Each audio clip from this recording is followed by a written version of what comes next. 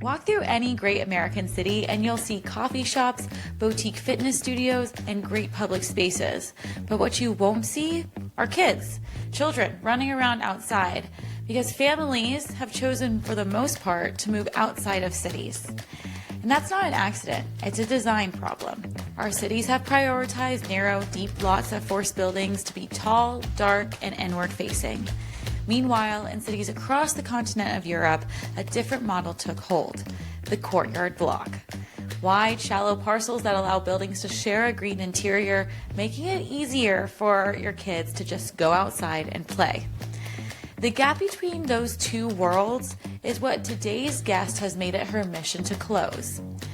Alicia Pederson is the courtyard urbanist, a researcher, writer, and entrepreneur with a growing platform that's become a hub for a new generation of urbanism. She came to this not through a planning degree, but through the lived frustration of watching her friends move to the suburbs of Chicago. Not because they wanted to go, but because the city gave them no real choice. We're talking today about what it would actually take to build for families in cities, and why the answer might be closer than you think. I'm Kate Gasparo, and this is Building Better Cities. I want to say it looks like San Francisco. You know, it's got like that same sort of height, like the 4-story height, and everything is close together. There's no setback between the buildings. But it's like if you were to share all your backyards together. Is that like the right way to think about a courtyard block? I think that's close, and you can have courtyard blocks like that. And I've actually spoken to residents in San Francisco where they have that, and they live in a block where it's a perimeter block, so the buildings have been built wall to wall, right up to the front property line. And in some cases, apparently, there are blocks where they've kind of like opened up their backyards, and so like the kids can kind of play and go around. And so it does approximate a courtyard block condition. But the ones like the kind of platonic ideal of the courtyard block that you find in Copenhagen and Stockholm and Prague, and these are the great perimeter blocks that came up in the late 19th century. There's a specific building type that differs from the building types in San Francisco and really anywhere that is in the United States except for Jackson Heights and Queens. And so this is really important because when our cities were built out, we did a parcel or plat standard that was more like the English cities. So that's very narrow parcels. So like 25 feet wide, 30 foot wide. And that kind of forces a smaller building, and it forces a building mass deeper into the lot to get the floor area. And it also means that you have the window walls are on the short side of the box rather than the long side. Yeah. So now with if you go and walk around Stockholm or Berlin or Prague, you notice that the buildings are much wider. There's like a 60 feet or 70 feet wide parcels, and they're much shallower. They're like 2 rooms deep or 2.5 rooms deep, so they're like 40 feet deep, and sometimes with longer wings extending to the courtyard if there's a big enough block. But this means that the window walls are on the long side of the box rather than the short side. So you get these amazing window walls and these apartments that are just like drenched in light and incredible ventilation. It means that you just have better floor plans too. I live in a 1911 like townhome in Chicago, basically, and it's like this kind of long shotgun, like very narrow, long, not very great lighting, and the layout's really bad.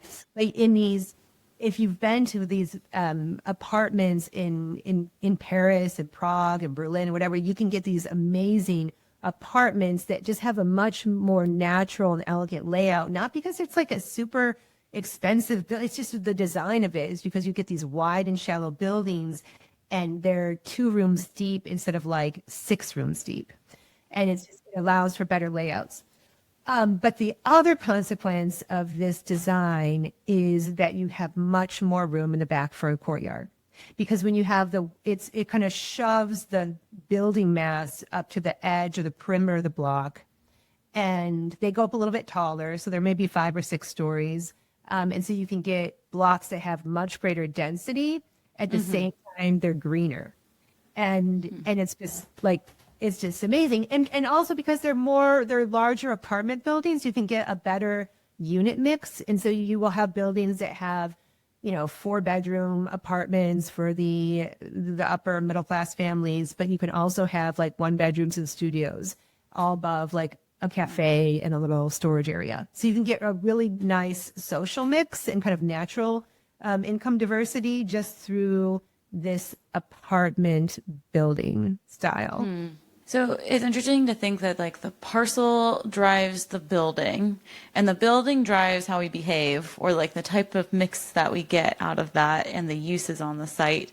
And you came to this because you were interested in a more family-friendly design architecture.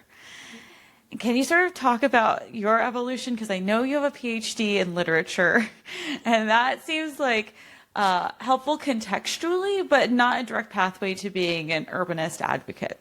Yes. So I have my PhD in English with a specialization in Renaissance English and Italian literature. And I was going to be a Shakespeare professor.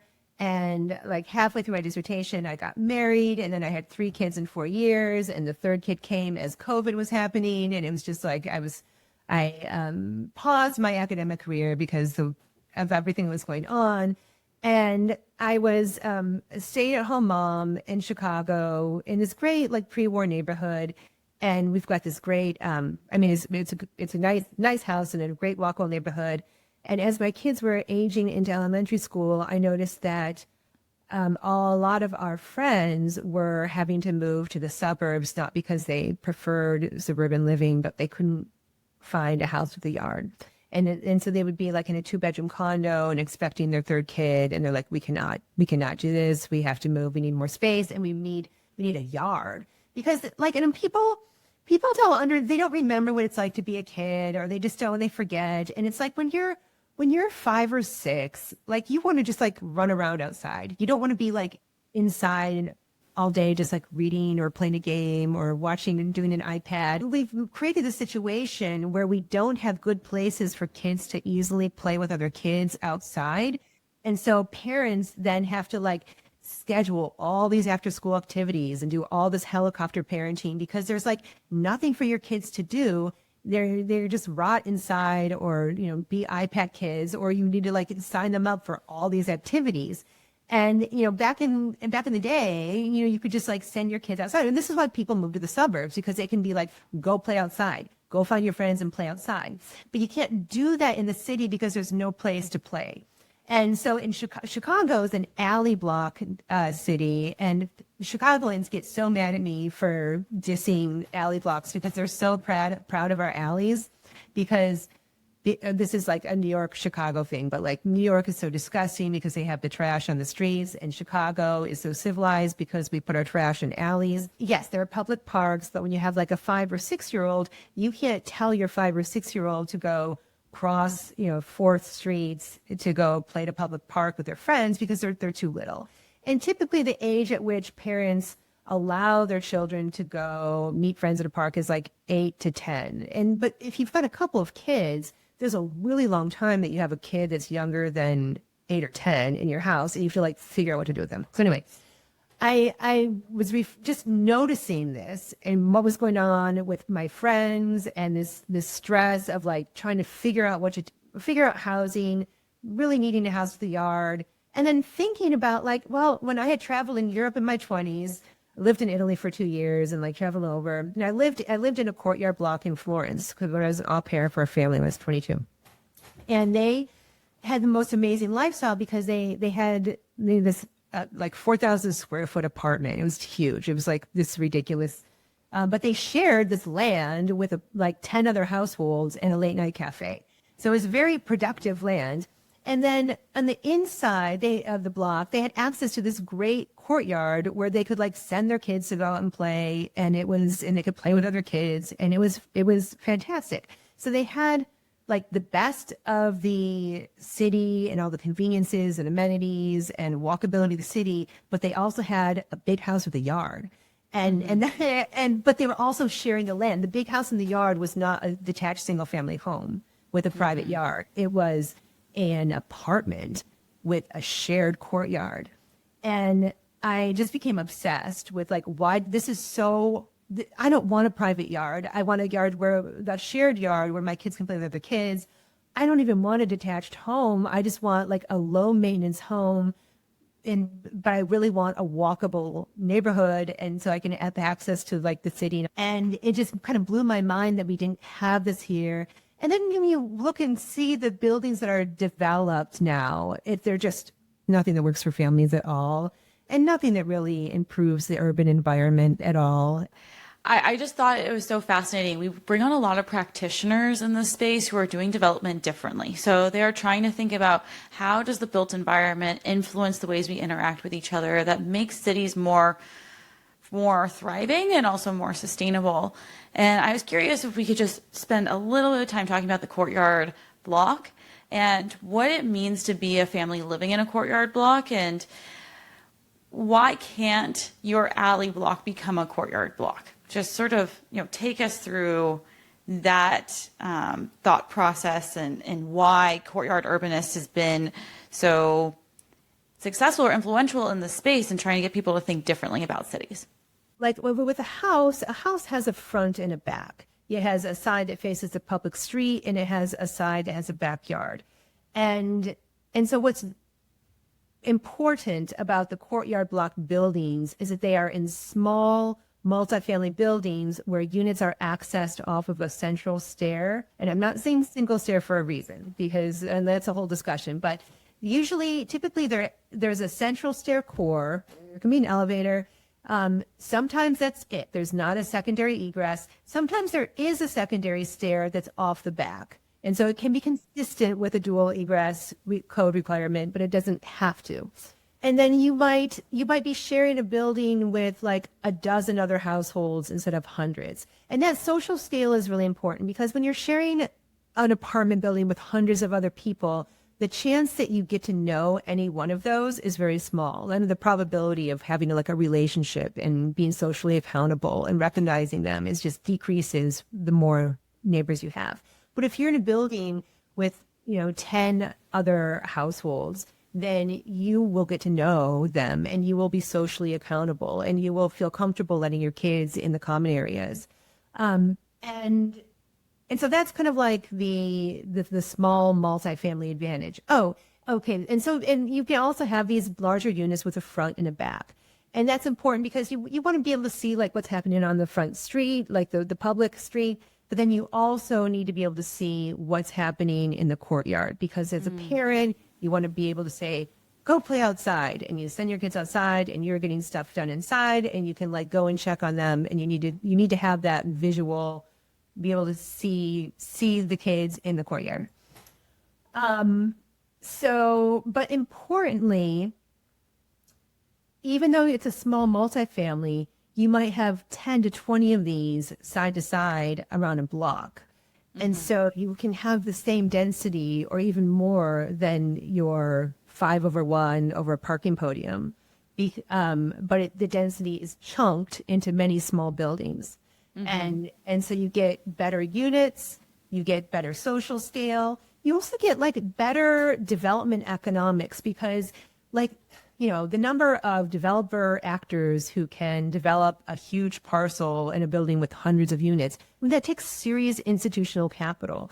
And so it really limits the kind of developers who could do it. But if you have a bunch of small, these are like 20,000 square foot buildings or 30,000 square foot buildings, you could have they're building these now in Amsterdam, where they have like collective self-build. And so like 10 households will get together and they'll be like, we're going to get this parcel and we're going to build our courtyard building. And they're not, it's not that speculative development. There's a developer who's doing it and then selling it but there's a collective self-build. So it's by chunking the density into many smaller pieces, you can get just a dramatically different socioeconomic situation that leads to a real neighborhood. Where you can have houses, you can have units that appeal to families, but so not every unit in the building is going to be a 4-bedroom, 3-bath. I mean, some of them are going to be studios, and some of them are going to be 1 bedrooms and 2 bedrooms, and this allows for the building to accommodate households across the life cycle, which is great because at some point your kids are going to leave and you're going to want to downsize and you don't want to leave the neighborhood. You can stay in the neighborhood and just move into a smaller unit. Yeah. Well, you are now consulting and working with developers or even public agencies that are interested in furthering this courtyard approach. What has been their initial reaction to it? And then how has it evolved through your conversations with them? It's incredibly motivating and inspiring because they come to me and they're like, we want to figure out how to do this. We want to figure out how to do this. And we want to understand what are the regulatory barriers to doing it now and change things so that we can make implementation possible. Because there's the people who get me to come and talk to these agencies and these groups, they're like, we want to raise our children in this situation. We want to have grandchildren. I mean, there's just like, it's such an affinity for this model, and it's very motivating, and that's why I'm so optimistic, because there are people at all levels who understand the value of this. It's just like, just need to make the changes, but there's like so many barriers to it, and so it's like a work in progress. And like the big one is zoning. I mean, that's like the hardest one in a way. I was talking to HUD. HUD is very interested in figuring out from a federal level how to make courtyard block urbanism happen. And they're like, what can the federal government do? And like, well, there are some things that the federal government can do related to accessibility and building code, but really like the biggest barrier, unfortunately, is like local, because it's zoning. I mean, most of the parcels in Chicago are zoned single family. And so there's zoning, but even if you flip, if we go, like I've had cases where aldermen come to me and they're like, we've got this great parcel. Aldermen are like the little mini mayors in Chicago. So they're the little ward leaders. And they're like, Alicia, we've got this great parcel in my ward. I'd love to see it become a courtyard block. What do you think? And we as soon as we dig down in the zoning, it'll be zoned for an FAR, floor area ratio, of like 1.5. And so that's like, not going to work. And so, but the aldermen are like little mini kings, and they can change zoning. They're like, okay, well, we'll just change the zoning so it can be zoned mixed use multifamily. We can get an FAR of, 4, whatever you want. But the moment that we get the variance, the zoning, then it triggers the affordable requirement. And that means that 20% of the units need to be affordable housing, and that makes it not pencil. And so that's been a problem, but we've been talking about fixes for that. These are fixes that would have to be passed along. Like for right now, for a lot of these affordable housing requirements, 20% of the units in a given, in every individual building have to be affordable. But in the Dutch model, you could have 20% of the buildings on a block. And so in I think even better model, you could have, you have your courtyard block, a number of them are going to be market rate, and those market rate developers or the self-build developers, they don't have to provide affordable housing units. But then you let the other, set aside 20% of the parcels for the affordable housing developers and let them do the affordable housing there. And then you can have it at the level of the block instead of the level of the building. So I think that needs to be the goal for the affordable component. Yeah. I know that you were recently invited to the State of the State with Governor Pritzker in Illinois, and he has put forth a build plan. And I was wondering if you could sort of talk about how the build plan and in the same line of conversation around regulations is trying to address some of the obstacles to allow courtyard buildings to be a pathway towards better urbanism. Like, how do those two things come together? Yeah, and the build plan is very strong. It's great. It's not enough in itself to make courtyard blocks legal, but it's a really good step. And so basically it's like a middle housing legislation package. And so it's like anywhere where you have like a 2,000 square foot lot, you can do a duplex. If you've got a 3,000 square foot, you can do, I mean, I'm simplifying it, but it's like, it provides a path for gently upzoning. And it's a state level bill that would basically preempt local control. So right now, the local, like Chicago, can say, well, you property owner, yes, you have this huge lot, but you cannot build a 4-flat on it because it's zoned single family. And so this bill would say, nope, a local government in Chicago, you cannot deny people the right to build a 4-flat if of this size. And so that's a really great thing about it, in part because it's getting people to stop thinking of like small multifamily as categorically different than single family homes. I mean, they are, it's different, but it's like anywhere where you can build a single family home, what is the reason for not letting a person build a duplex or a triplex or a 4-flat where they can build a single family home?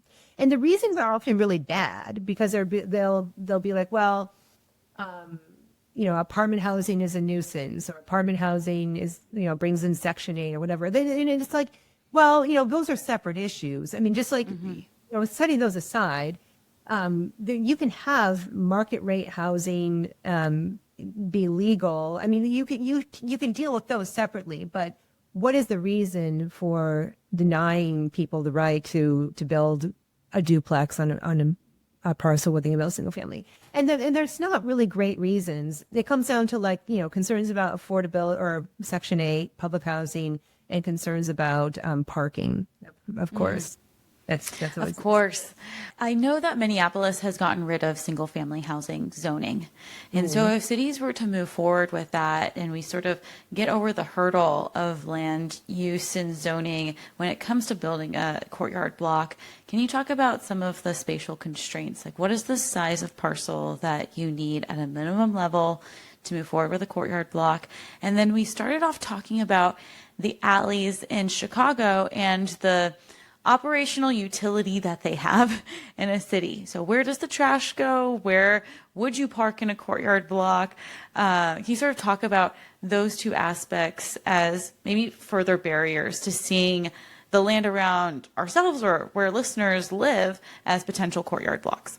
I don't think that courtyard blocks should be like the only thing that people should be able to build. But I think that if you want to have courtyard blocks, you are going to need to have, areas of the city where there is a new kind of zoning overlay that requires that developers follow certain geometries and rules, because that's how these get formed. So like in the 19th century, when these were built out, these were the product of a very specific code. And like basically the code was this. They're like, you can build up to the front property line. You can build up to the side if you build with masonry because of fire. And you can go up 6 stories, but you can only have 50% lot coverage. And so that kind of pushes the building mass, high and to the sides. And sometimes like you'll have a wing extending in, but it really like it kind of pushes the building to the perimeter, the building mass to the perimeter. And it makes these great courtyards. And so I think that, and that also is all enabled, as we spoke before, about the parcel size, and it's kind of starting with a wider parcel. And so if we wanted to go to Minneapolis, and I have been talking to people in Minneapolis, like I think the first thing we would have to do is create some kind of like subdivision. Like if you've got a site, okay, first we're going to subdivide it into appropriate size parcels. And this is how they do it in Amsterdam. And I think this system is brilliant. And I would like to, we're on our platform that we are developing. We're trying to create a platform that would allow cities and developers to do exactly what Amsterdam is doing. So they subdivide the land into the appropriate size parcels. And then they put each parcel becomes a project that goes on their website. And like, so some of them are flagged as affordable housing, and some of them are market rate, and some of them are specifically for self-build, and some of them are specifically set aside for professional developers. And then they all have rules that basically force the geometry. Like you have to make the building meet the street. There's no front setback. There's no side setback. You have to build with masonry, and you can go up 6 stories, but 50% lot coverage.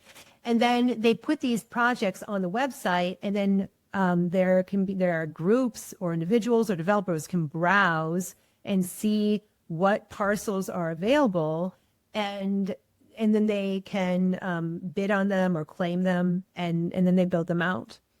And so I think that has got to be the model for courtyard blocks going forward. It could be done where there's a developer, like a traditional developer, going in and doing the whole thing. That will be a more expensive way of doing it. And you won't fund diversity too. Like one of the great things about these courtyard blocks is that they are many buildings, one block. And so when you go in Stockholm, they're all like kind of have the same grammar, but they all have their own different, voice, because they were built by a different developer. The same developer didn't do all of them. They were all built differently. Yeah, it's interesting because it does require some sort of scale, it seems, especially if we want to talk about like the operational side of it. And then I want to go back to one other point that you made about like it being more expensive to have one developer do the entire courtyard block. Can you sort of expand on that? Because it seems to me that like having multiple developers develop would increase the prices because everyone has their own overhead instead of achieving this economies of scale with one developer. Yeah, I think I'm comparing that to a self-build situation, although with a developer going in, whether it's many small ones or one large one, they are taking a ton of risk.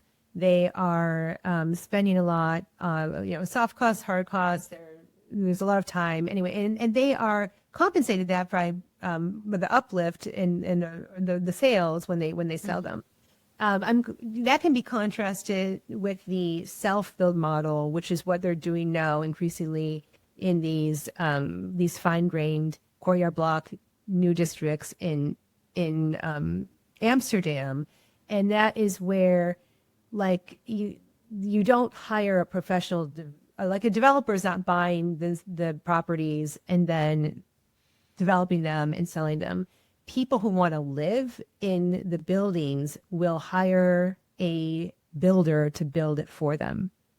And sometimes, so you might get 10 families that form, like they make it easy to form like a collective. Like they find, okay, we know that here's a parcel, it can become an apartment building. You can register to be one with 10 families. You could go in and put in the down payment to get a construction loan, to hire a builder to build this out for you. And so that's a much more affordable way to build a property if you're doing it yourself and hiring the builder yourself than buying something the developer has already done. I just published this article this morning, but it's fascinating. There's this new, it's an article on this new artificial island off of Amsterdam. So like because they don't want to like build out into farmland, they don't want to sprawl anymore. They're creating new courtyard block neighborhoods on artificial islands. So they're making artificial islands, and they're connecting them to Amsterdam with roads and trains and transit, whatever.